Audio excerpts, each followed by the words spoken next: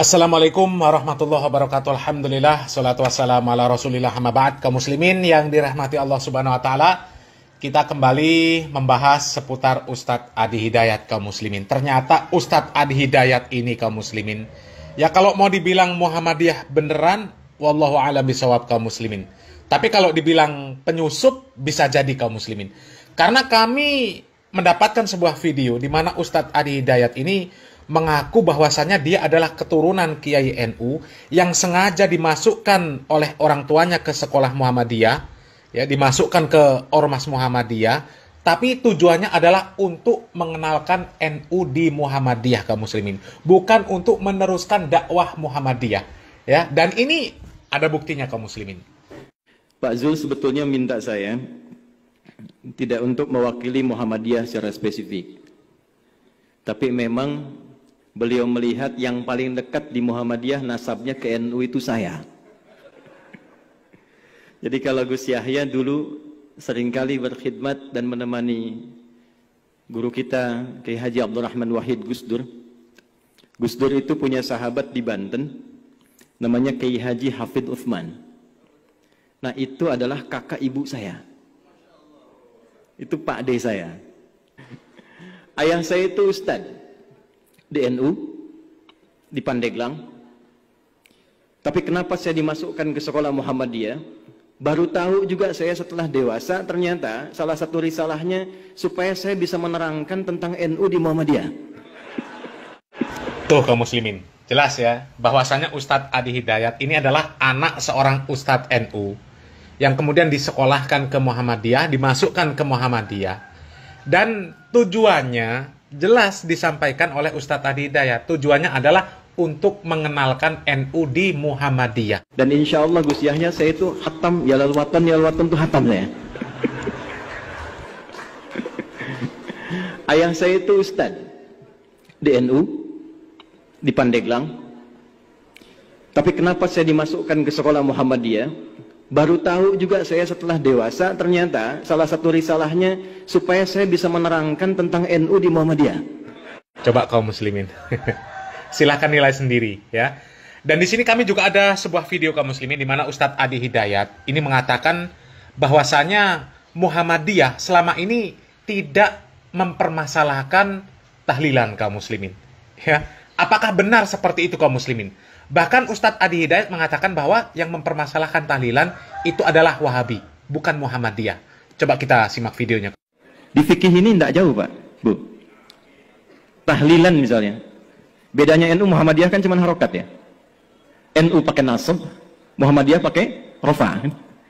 Muhammadiyah jadikan isim, NU menjadikan masdar. Halala yuhallilu tahlilan. Nasab harokatnya fathah. Orang Arab itu kan kalau bilang nasaba, dia katakan nasabar rajulu asahu alal ardi. Orang Arab tancapkan tongkatnya dengan kuat sehingga tak goyah. Harokatnya fathah, membuka sesuatu.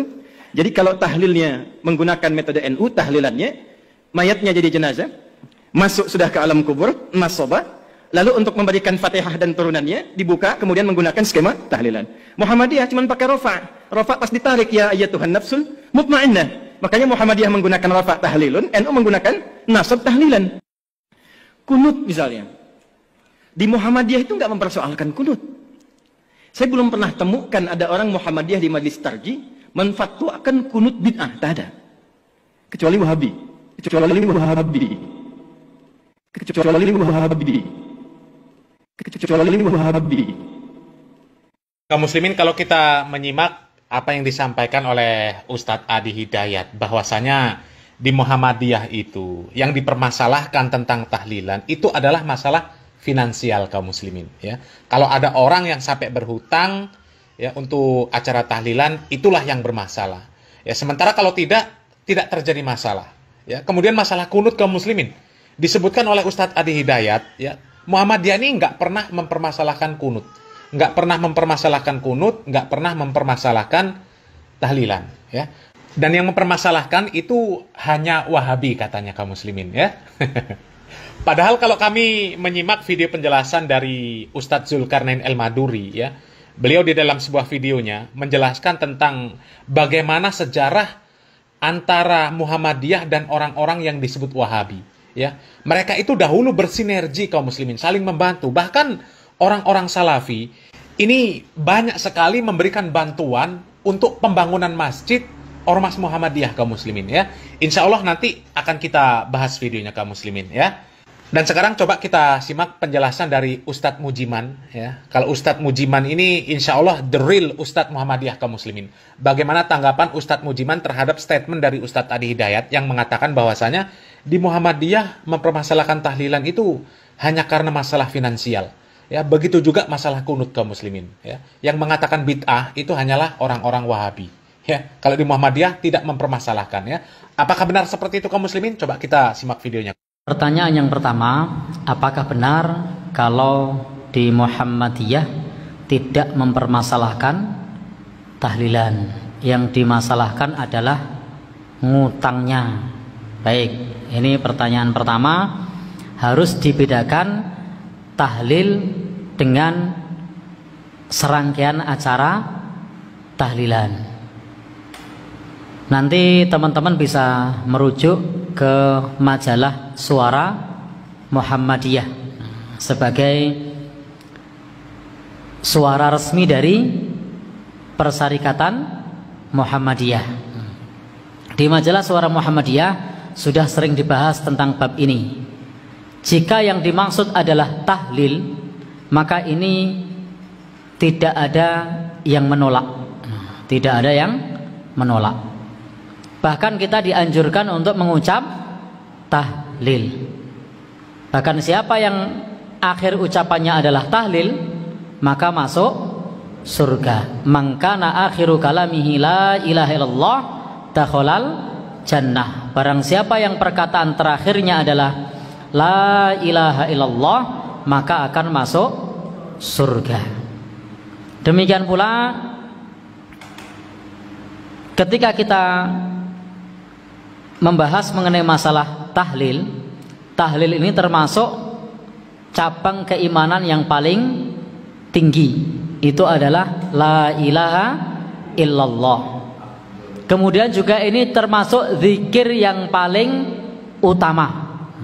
Jadi tahlil itu adalah zikir yang paling utama. Tetapi beda jika yang dimaksud adalah tahlilan dengan serangkaian 7 hari, 40, berapa lagi? 100, 1000, setahun, 2 tahun. Maka silahkan teman-teman nanti bolehlah googling tentang bagaimana pendapat Persyarikatan Muhammadiyah tentang tahlilan. Kasih kata kunci Suara Muhammadiyah. Misalnya Suara Muhammadiyah tahlilan. Itu sudah banyak dimuat di situ. Sehingga saya tidak perlu banyak menjelaskan. Di situ dijelaskan bahwasanya itu ketika menggunakan hitungan hari tadi atau formasi format yang seperti itu tidak pernah dituntunkan dan dicontohkan oleh Rasulullah Shallallahu Alaihi Wasallam, dan Muhammadiyah tidak mengamalkan itu.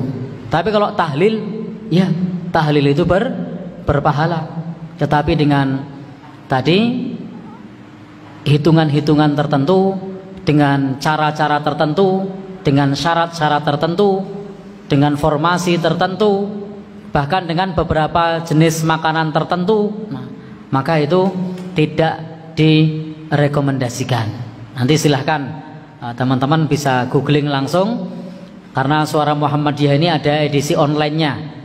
Nanti bisa diketik Suara Muhammadiyah tahlilan begitu. Nanti sudah ada fatwa-fatwanya di situ. Kalau nanti khawatirnya saya dikira mengada-ada. Jadi yang formasi seperti itu saja tidak boleh, apalagi yang ngutang-ngutang itu lebih-lebih lagi tidak boleh. Nanti bisa dicek sendiri. Kemudian yang kedua tadi apa? Baik, tentang kunut. Sesungguhnya ini adalah persoalan khilafiyah. Ulama berbeda pendapat tentang masalah ini. di